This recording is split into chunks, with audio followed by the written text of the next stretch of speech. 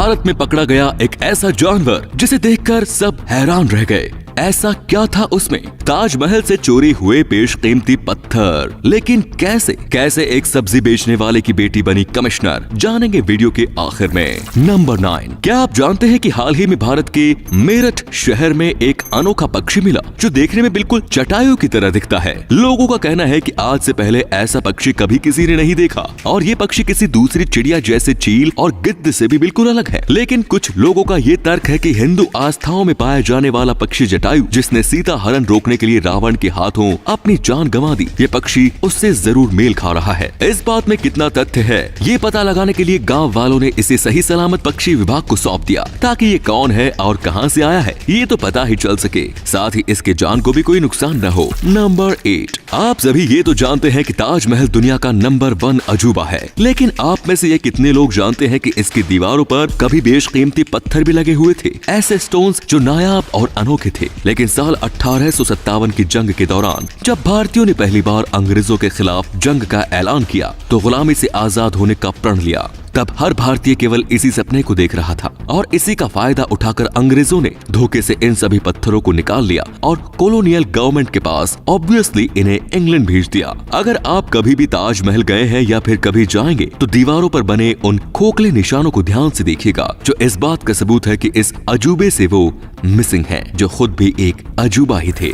Number 7, इंसान जो चाहे वो करके दिखा सकता है। उसके लिए उसे कितनी बड़ी मुसीबत का सामना करना है ये जरूरी नहीं होता, बल्कि उसके हौसले कितने मजबूत हैं ये देखने की बात होती है। और ऐसे ही मजबूत हौसलों की वजह से मिसाल बनी हरियाणा के सोनीपत की रहने वाली दीप मलिक। 1999 में दीपा को पता चला कि उन्हें स्पाइनल ट्यूमर है। उनकी सर्जरी हुई और वो हमेशा के लिए व्हील चेयर पर आ गई और वो 30 साल की थी जब उन्होंने देश के लिए गोल्ड मेडल लाने का फैसला किया और 2018 में दुबई में हुए पैरालंपिक गेम्स में गोल्ड मेडल जीतने वाली पहली भारतीय महिला बन गई। नंबर 6, सड़कों के किनारे पर बनने वाले ब्लॉकर्स को अगर सीधी लाइन में बनाना हो तो कई तरीकों के टूल्स और मशीन्स इस्तेमाल किए जा सकते हैं, पर जब बात टेढ़े मेढ़े और घुमावदार ब्लॉकर्स बनाने की होती है तो ये सभी मशीन्स जवाब दे जाती है और ऐसे में लाइफ सेवर का काम करती है ये PCM 2500 मशीन। इस मशीन में कंक्रीट का मिक्सचर डाला जाता है और फिर इस मशीन को जरूरत के हिसाब से घुमाकर कुछ इस तरीके से ब्लॉकर्स बनाए जाते हैं। ये मशीन टाइम और मेहनत तो बचाती ही है, साथ ही इस मशीन का किया गया काम काफी शानदार भी होता है।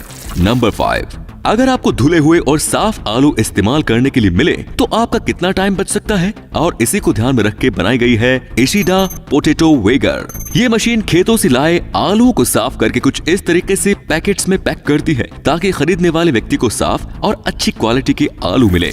नंबर 4, अजीब त्योहारों और प्रथाओं की दुनिया में कमी नहीं है। आज हम जिस अजीब त्योहार की बात कर रहे हैं उसे ग्रीक के कॉर्फू आइलैंड में होली सैटरडे के दिन मनाया जाता है। इस फेस्टिवल में लोग अपने घरों की खिड़कियों को काफी खूबसूरत तरीके से सजाते हैं, फिर दोपहर के टाइम मिट्टी के बने घड़ों में रिबन भरकर चर्च की बैल बजने का इंतजार करते हैं और बैल बजते ही सभी लोग एक साथ सभी घड़ों को खिड़की से नीचे फेंक देते हैं। यहाँ के लोगों का मानना है कि ऐसा करके वे दुनिया को क्राइस्ट की मौजूदगी का एहसास कराते हैं।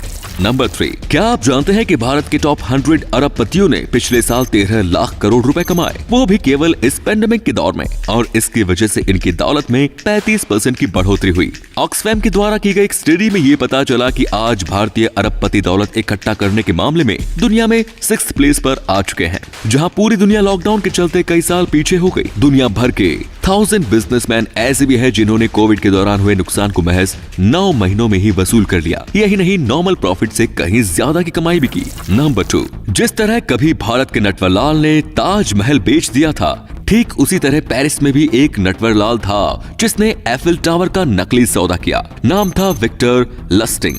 तो हुआ यूं कि साल 1925 में इस अजूबे को मेंटेन रखने में अच्छी खासी लागत आ रही थी, जबकि इससे होने वाली कमाई ना के बराबर हो रही थी, और ये बात पेरिस का लगभग हर इंसान जानता था। तो इस खबर का फायदा उठाने के लिए विक्टर ने ये प्लान बनाया कि सरकार इस टावर को बेचना चाहती है, जो इंटरेस्टेड हो उन्हें वो उनसे संपर्क करें।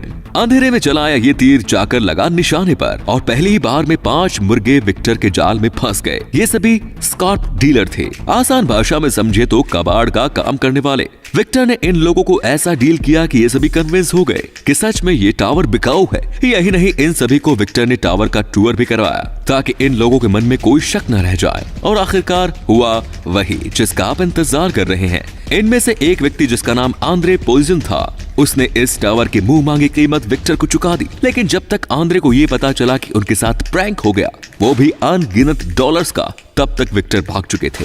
2 बातें आज तक कोई नहीं जानता। पहली कि विक्टर भागकर गया कहां, और दूसरी कि विक्टर ने कितने डॉलर्स का चूना आंद्रे को लगाया। नंबर 1, ये है ज्योति सोब्रन, असिस्टेंट कमिश्नर इनकम टैक्स, जिन्होंने साल 2017 में हाई पीसीएस का एग्जाम क्वालिफाई किया। कमाल की बात तो यह है कि ज्योति के पापा सब्जी बेचने का काम करते हैं और ऐसे हालातों में पापा के इस असली परी ने ये कमाल का काम किया। ज्योति को अपने पापा पर बहुत प्राउड है, इसलिए नहीं कि वो एक सब्जी वाले हैं, बल्कि इसलिए क्योंकि ज्योति को उन्होंने कूड़े के ढेर से उठाया जब वो महज कुछ ही दिनों की थी। यस, ज्योति की असली माँ उसे कूड़े के ढेर में छोड़ गई, जो किस्मत से सोब्रीन के हाथ लग गई। और तब से लेकर आज तक सोब्रीन ने ही उन्हें पाला, पोसा, पढ़ाया लिखाया और इतना काबिल बनाया कि आज असिस्टेंट कमिश्नर बन गई। रुको जरा, इस सुपर फादर की तारीफ अभी खत्म नहीं हुई। ज्योति को पालने के चक्कर में सोब्रीन ने शादी तक नहीं की और ज्योति को माँ और बाप दोनों का प्यार अकेले ही दिया। जहाँ लोग बच्चे को बोझ समझते हैं, इस बाप ने अपनी बेटी की हर जरूरत को पूरा किया और उसका सपना साकार करने के लिए अपनी जिंदगी लगा दी। दोस्तों, फैक्ट अच्छा लगा तो लाइक करना ना भूलें। तो दोस्तों, वीडियो अच्छी लगी तो इसे शेयर करना बिल्कुल मत भूलिए। आपके शेयर करने से हमें मोटिवेशन मिलता है। ऐसे ही वीडियोस लगातार देखते रहिए।